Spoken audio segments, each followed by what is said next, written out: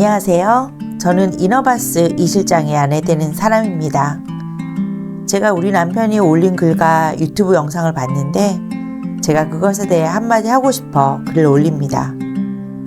우리 남편이 올린 글과 영상을 보니 온갖 불쌍한 척은 다 해놨더라고요. 하도 어이가 없어서 제가 한마디 하겠습니다. 우리 남편이랑 회사에서 만나 결혼하고 지금 21년째 살고 있는데 우리 남편은 지금까지 힘들게 살아본 적이 한 번도 없습니다. 회사 다닐 때에는 맨날 술만 먹고 다녔어요. 한 번은 회사에서 직원들이랑 낮술을 먹었나 봐요. 저는 집에 아들 친구 엄마가 놀러와서 차 한잔하며 이야기하고 있는데 남편이 술이 떡이 돼서 들어왔더라고요. 부하 직원 부축을 받으면서요. 집에 와서 대자로 뻗어버렸습니다. 아들 친구 엄마도 우리 집에 와 있는데 제가 얼마나 부끄럽고 난감했는지 몰라요. 그 시절 남편은 배드민턴 클럽에 가입해서 회사에서 술 안 먹는 날은 배드민턴 치러 갔다가 또 술을 먹고 옵니다. 동호회 사람들과 술을 떡이 되도록 새벽까지 먹고 옵니다. 거기에는 동네 여자들도 있었어요. 한 번은 전화했더니 동네에서 배드민턴 치는 사람들과 술 먹고 있더라고요.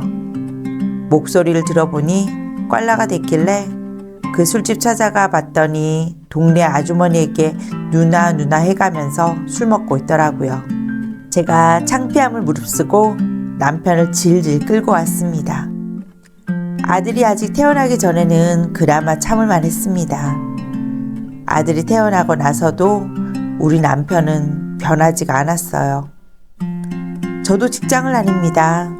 낮 동안은 어린 아들을 같은 동네에 사는 시어머니, 시아버님이 봐주셨습니다. 제가 야근을 하면서 남편한테 전화를 하면 남편은 배드민턴 치러 갔다가 술 먹으러 갔습니다. 어린 아들이 시댁에 있으니까 남편한테 빨리 시댁에 가서 아들을 집으로 데려가라고 하면 남편은 술 먹고 있다고 안 된답니다. 그러면 제가 밤늦게 퇴근해 시댁에 가서 어린 아들을 들쳐업고 집으로 가야 합니다.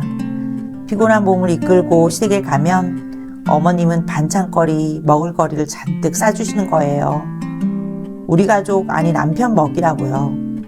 아이고 어머니. 저는 잠든 아들을 업고 장바구니에 가득 담긴 무거운 반찬거리를 들고 낑낑거리며 집으로 올라갑니다. 어머님 댁은 평지에 있지만 우리 집은 언덕 위에 있거든요. 힘들었습니다. 그게 한두 번이 아니었어요. 어머님이 보시기엔 제가 참 건강해 보였나 봅니다. 어머님도 이 인간만 챙깁니다. 가끔 시댁에 밥 먹으러 갔을 때에도 무거운 거 드는 거나 뭔가 시킬 일이 있으면 어머님이 저나 아버님만 시키더라고요. 남편이 어디 아프거나 한 것도 아니고 남편은 누워서 TV만 보고 있는데 말이죠.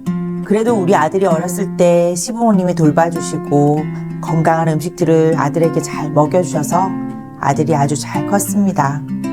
아버님이 우리 집에 아침 일찍 오셔서 손주 유치원에도 데려다 주시고 유치원 끝나면 데려다가 집에서 돌봐주시고 솔직히 시부모님은 너무나 좋은 분들이라고 생각하고 있습니다.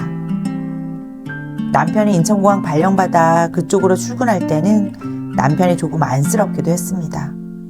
아침 일찍 새벽같이 나가기도 하고 일 끝나고 새벽에 들어오기도 했거든요. 술 때문이 아니라 일이 늦게 끝나서요. 그때는 좀 불쌍하게 느껴지기도 했습니다. 하지만 힘든 일은 자기 혼자만 하는 줄 아는지 맨날 집에 오면 힘들다 죽겠다 하면서 온갖 불쌍한 척은 다 하더라고요. 회사 다니는 사람, 자영업 하는 사람 다 힘들지 누가 편하게 살겠어요. 그런데 우리 남편은 집에 와서 힘들다는 티를 팍팍 냅니다. 저도 그때는 직장 다니면서 힘들었거든요. 시댁에 맡겨놓은 어린 아들 걱정에 늦게 들어오는 남편에 집안일도 해야 하고 그래도 저는 힘들다는 말 한마디 안 했습니다. 남편 유튜브 영상을 보니 자기 혼자만 진짜 힘들었다고 티를 팍팍 냅니다. 온갖 불쌍한 척은 다 하면서요. 우리 남편은 서울에서 태어나 중고등학교 졸업하고 서울에 있는 대학도 가고 부모님이 학비와 용돈 다 주셨는데 뭐가 힘들었다는 건지 저는 지방에서 학교 다니며 제가 쓸 돈은 제가 알바해서 벌었거든요. 남편은 대학 졸업하고 바로 서울 강남에 있는 인력 파견회사에 들어갔습니다. 그때도 남편은 부모님 집에서 부모님이 차려주는 밥 먹으며 편하게 다녔죠. 그 회사에서 저를 만나 30도 안 되어 결혼했습니다. 저는 남편과 동갑입니다. 어쩌다가 눈이 맞아서 결혼을 했는데 그때는 제가 눈꺼풀에 뭐가 씌어 있어서 그런지 남편의 좋은 것만 보였나 봅니다. 남편이 안정적으로 가족과 살고 있는 모습이 좋아 보였나 봐요. 결혼해 살면서 지금까지 우리 남편은 화를 안 냅니다. 제가 성질을 내면 이 인간은 깨갱하며 말 한마디 못합니다. 그러면 저는 더 성질이 나는데 이 인간이 뭐라도 한마디 해야 제가 더 뭐라고 할 거 아니에요. 저 혼자 답답해 죽습니다. 엄살도 얼마나 심한지 조금만 아프면 쪼르르 병원 달려가서 주사 맞고 집에 와서 아프다고 아무것도 안 해요. 남편이 오래 근무한 회사에서 잘리고 자기는 회사의 부당함 때문에 나올 수밖에 없었다고 말하지만 우리 남편이 적응 못해 잘린 거죠. 다른 사람들은 회사 안 잘리고 잘도 다닙니다. 남편이 회사 분위기도 모르고 적응을 못한 거죠. 40이 넘어 두 번째 회사를 그만두고 아니 잘리고 기술을 배우겠다고 하더라고요. 참네. 집안일도 똑바로 못하는 게 무슨 기술을 배운다고. 우리 남편은 집에 전등 하나 못 가는 사람이었습니다. 집에 뭐가 고장나거나 하면 아버님이 오셔서 다 고쳐주셨어요. 그런 손재주도 없는 인간이 기술을 배우겠다니 걱정이 앞섰습니다. 이 인간이 그래도 근성은 있는 것 같아요. 직장을 그만두고 기술자가 되겠다고 새벽같이 인력시장에 노가다로 갑니다. 그리고는 집에 와서 온몸이 아프다며 퍼져 누워 있습니다. 그래도 인간이 쉬는 날은 집안일도 합니다. 집안일도 하다 보면 점점 늘기는 하나 봐요. 집안 정리도 하고 설거지도 깔끔하게 해놓고 만들어 놓은 저녁 반찬도 맛이 나기 시작했어요. 그렇게 몇 달 하다가 욕실 인테리어 하는 사장님을 만났다며 거기도 일하러 다니더라고요. 남편이 일하러 다니면서 우리 새 차를 작업차로 만들어 놨더라고요. 내가 아끼는 깨끗하고 깔끔한 차인데 그걸로 일하러 다닌다는데 어쩔 수 없죠. 그러다가 몇 달 뒤에 우리 집 욕실을 바꿔주겠다고 합니다. 얼마나 배웠다고 벌써 우리 집 욕실을 해? 솔직히 얼마나 망쳐놓을지 걱정했습니다. 그래도 남편이 해본다기에 마음 내키진 않았지만 해보라고 했어요. 우리 집에 타일 작업할 때는 얼마나 먼지가 많이 나는지 온 집안이 난리였습니다. 우리 집 욕실을 남편이 리모델링을 했습니다. 그런데 생각보다 잘하네요. 깔끔하게 바꿔놨더라고요. 언제 이런 걸 배워서 이렇게 해놨지? 나 회사 갔을 때 기술자 불러서 한 건 아닌지, 아니 아버님 불러서 한 건가? 하고 의심이 갈 정도였습니다.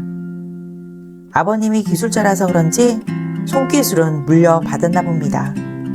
우리 집 욕실을 이 정도로 해놓을 정도면 다른 집도 돈 받고 해줘도 될 것 같다고 말해줬습니다. 이젠 기술자로서 나가서 제대로 돈 벌어오라고 했죠. 우리 남편은 너무 소심해서 누가 한마디만 하면 조그만 것에도 스트레스를 잘 받아요. 소심하다 보니 큰 사고는 안 치네요. 사업한다고도 안 하고 돈 잃을까봐 코인이나 주식도 고작 몇십만 원 정도밖에 안 합니다. 그래서 이 모양 이 꼴로 살고 있는데 그래도 예전에 내가 빌라라도 사야 한다고 해서 이 정도 살고 있는 겁니다. 집 살 때도 아버님이 돈 빌려주시고 집 계약할 때도 이 인간은 어디로 사라져서 연락도 안 되고 저 때문에 이 정도 사는 건 아닌가 하는 생각도 듭니다. 남편이 일하러 가서 시공했던 것들을 사진을 찍어 블로그를 하더라고요. 블로그를 대충 좀 하다가 그만둘 줄 알았는데 꾸준히 지금도 하고 있습니다. 나는 꾸준히가 잘 안 되는데 남편은 그런 끈기는 있나 봐요. 남편이 블로그를 하다 보니 문의가 꾸준히 들어오나 봅니다. 혼자 일하러 다니네요. 요즘에는 여러 군데에서 문의는 들어오는데 일하기를 원체 싫어해서 일도 편한 것만 골라서 하려고 합니다. 맨날 저한테 하는 변명은 다양합니다. 거리가 멀어서, 위험하니까, 문제가 생길 수 있으니까, 일하고 돈 못 받을 것 같아서, 요즘에는 불경이라 하면서 일이 없대요. 생활비는 내 월급 받아서 생활하고 자기가 쓸 용돈 정도나 벌고 옵니다. 요즘에는 글을 쓴다, 유튜브 만든다고 집에 있는 날이 많고 매일 여유있게 헬스, 사우나 갔다 옵니다. 이 인간은 일은 안 하고 쳐놓을 생각만 합니다. 이 인간 옆에는 친구들이 많아서 철마다 골프 치고 낚시 가고 캠핑 갑니다. 주말만 되면 남편은 아침마다 동네 친구랑 집 나가서 뭔 짓을 하는지 낮에 온종일 집에 안 들어옵니다. 이 인간처럼 인생 편하게 날로 먹는 인간은 제 주변에 우리 남편밖에 없어요. 모두 열심히 일하고 돈 벌어오잖아요. 그러다가 책을 쓴다기에 또 무슨 책을 쓰냐고, 그런 거 아무나 하는 거 아닌데 일이 잡히지 않는 날에는 글을 쓰겠다고 하더라고요. 책은 아무나 내나? 그래도 조금 믿는 구석이 생겼습니다. 기술의 기자도 모르는 이 인간이, 맨날 집에 뭐가 고장나면 아버님 부르는 인간이 지금 기술자로 일하고 있잖아요. 책도 낼 수 있을지도 모르죠. 하지만 거의 기대는 하지 않았습니다. 그런데 목표를 세우더니 하더라고요. 1년 만에 책을 출간했어요. 그것도 자기 돈 들여서 책을 낸 게 아니라 인세를 받더라고요. 와, 뭐지? 그때부터 우리 남편을 조금은 믿을 수 있게 되었습니다. 이번에는 유튜버를 한답니다. 지금은 시작 단계입니다. 이것도 할 수 있을까 하는 의심이 들었지만 혹시나 모르죠. 이 인간이 나 퇴직하면 먹여 살려준다니까 그만 한번 믿어보려고 합니다. 우리 남편이 자주 하는 말이 있습니다. 처음부터 잘하는 사람이 어디 있냐? 계속 하다 보면 되는 거지. 뭐든 시작하는 게 중요한 거야. 맞는 말입니다. 저는 직장만 다닐 줄 알지 다른 것은 시도조차 안 해봤으니까요. 그래도 이 인간이 할 줄 아는 게 또 하나 있습니다. 아들이 지금 중2인데 중학교 2학년이면 중2병이 걸린다고 하잖아요. 다행히 이 인간이 아들하고는 사이가 좋습니다. 말도 잘 들어주고 하다 보니 아들도 아빠를 잘 따르더라고요. 이 인간에게 바라는 것 딱 한 가지밖에 없습니다. 요즘에는 술은 안 먹는데 담배는 피웁니다. 계속 피면 오래 못 살까봐 끊으라고 말은 하는데 내가 그렇게 말을 해도 끊을 생각을 안 합니다. 남편은 담배 못 끊는 이유가 한 개 피면서 생각하고 영감을 얻기 위해서랍니다.